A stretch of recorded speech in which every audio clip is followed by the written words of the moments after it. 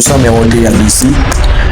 Hadithi ya Anas ibn Malik kuwa Mtume SAW amesema, Jehannam itaendelea kusema, je, kuna la nyongezo mpaka Allah atakapoweka humo unyao wake. Yani mnajua kuwa Allah mwenyewe ataingia Jehannam.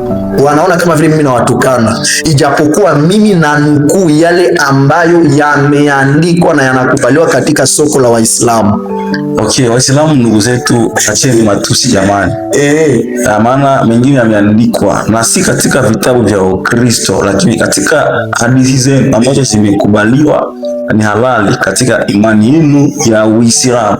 Kwa nini sasa chanzo nakuta mara nyingi posti likiwekwa, asilimia nyingi za makomenti Waislamu ni matusi tu, yani na mtu anatusi huku hachunguzi hata mdomo wake, haangalie umri na maneno au kauli chafu ambazo anazitumia.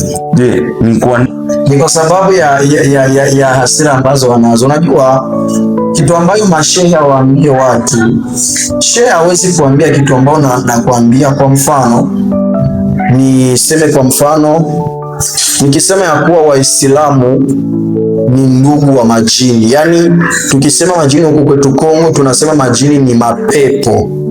Sasa nikisema mashehe hawawezi ambia watu ya kuwa majini ni ndugu zao, hawawezi. Sasa ni kwa sababu napenda ndugu zangu, inabidi niwaambie huo ukweli, japokuwa itachoma, ila hiyo ukweli nafanya ifike. Kwa sababu gani nasema hivyo? Hata kwenye Biblia kuna watu ambao waliona ya kuwa neno la Mungu limekuwa matukano kwao. Kwenye kitabu cha Yeremia 6:10 Biblia inasema kwa sababu neno la Mungu limegeuka kuwa matukano kwao.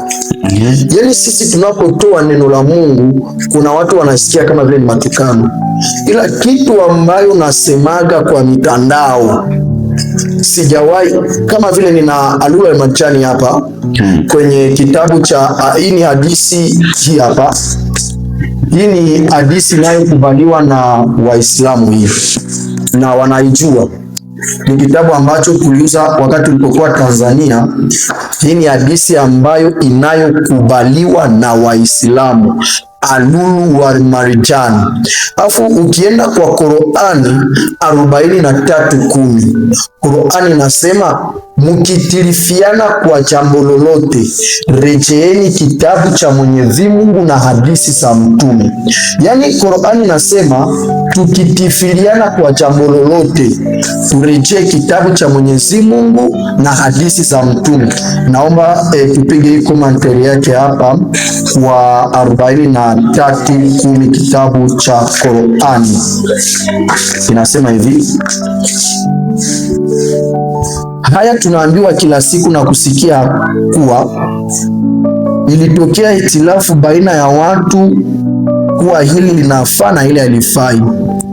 Mtazamo Mwenyezi Mungu amesema nini au mtume amesema nini, lifuateni hilo la Mungu kama liki, au la mtume ikiwa hapana la Mungu, ikiwa yote hapana hata kwa ishara tu. Yani Qur'ani nasema tukitilifiana kwa jambo lolote turejee kitabu cha Mwenyezi Mungu na hadithi za Mtume. Sasa ninaposema mimi siseme kwa akili yangu, na nukuu kile ambacho Qur'ani nasema na hadithi. Kama vile hii hadithi nasema kwenye kitabu cha hadithi ya 1810 1810, uone vile tunaambia watu yale ambayo yameandikwa. Sasa nitakapoposti watu watazania kuwa ni matukano, ila mimi naongea yale ambayo ni kweli. Unaona hapa hii hadithi hapa. Tusome wote hii hadithi. Hadithi ya Anas ibn Malik kuwa Mtume SAW amesema, Jehannam itaendelea kusema, je, kuna la nyongezo mpaka Allah atakapoweka humo unyao wake. Yani Jehannam itauliza, je, umejaa mpaka Allah ataweka hapo unyao wao. Kwa mujibu wa ile hadithi linalokubaliwa na Waislamu, Allah ataenda Jehanamu, na hakuna andiko, hakuna hadithi kwa Qur'an inayosema ya kuwa Allah alitoka Jehanamu. Okay. Kwa sababu kuna andiko kwa Qur'ani ambalo linasema Allah wa Qur'ani ataenda Jehanamu. Sasa nikiposti nikiwaambia Waislamu hivi, Waislamu mnajua ya kuwa Allah ataenda Jehanamu, wanaona ni matusi, ila nawaambia yaliyo kweli na yaliyo, hakuna Muislamu ambaye anaweza kupinga hili. Okay, kabla ya kuenda kwenye swali linalofuata, hiki kitabu kinaitwa Lulu wal Marjan, na hii ni hadithi, sio kitabu cha Qur'an.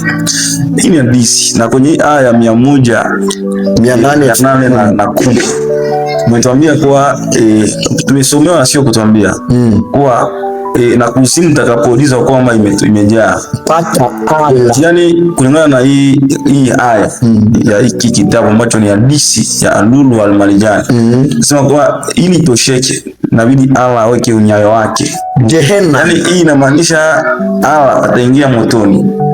Kwa hili hadithi limesema hivi. Kwa wakati nitakapoposti kwa Facebook, okay, hii inamaanisha kuwa Allah, tunaamini kuwa Waislamu wanaamini kwamba Mungu ndio Allah.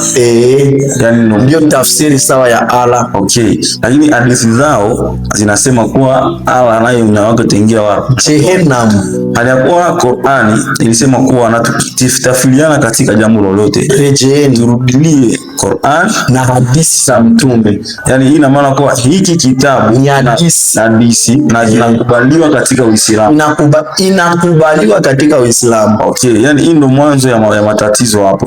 Sasa na jambo la kufuata sasa, kwa ni Allah kiingia motoni. Sasa hali yako katika Uislamu wanaamini kwa Allah ndio muumbaji mwenyewe. Itakuwaje muumbaji mwenyewe pia aingie Jehanamu? Ndio Jehanamu mtosheke iseme kwa imejaa. Sasa si Allah ataingia Jehanamu na Waislamu watamfuata wakienda Jehanamu. Ukisema kwa hiki kitabu hapa, ndugu yangu, kwenye kitabu cha Qur'ani 1971 hapa 1971 kitabu cha Qur'ani, tusome 1971, tusome hapa. Hii ni Qur'ani. Wala hakuna yeyote katika ninyi ila ni wenye kuifikia hiyo Jehanamu, ni wajibu wa Mola wako uliokwisha kuhukumiwa. Wala hakuna yeyote katika ninyi ila ni wenye kuifikia hiyo Jehanamu. Allah mwenyewe Jehanamu, Waislamu wenyewe Jehanamu, kwa mujibu wa vitabu vyao. Okay, na wakati nitakapoposti, mnajua kuwa Allah mwenyewe ataingia Jehanamu. Wanaona kama vile mimi nawatukana, ijapokuwa mimi na nukuu yale ambayo yameandikwa na yanakubaliwa katika soko la Waislamu. Okay, Waislamu ndugu zetu, acheni matusi jamani. Maana mengine yameandikwa na si katika vitabu vya Ukristo, lakini katika hadithi zenu ambazo zimekubaliwa ni halali katika imani yenu ya Uislamu.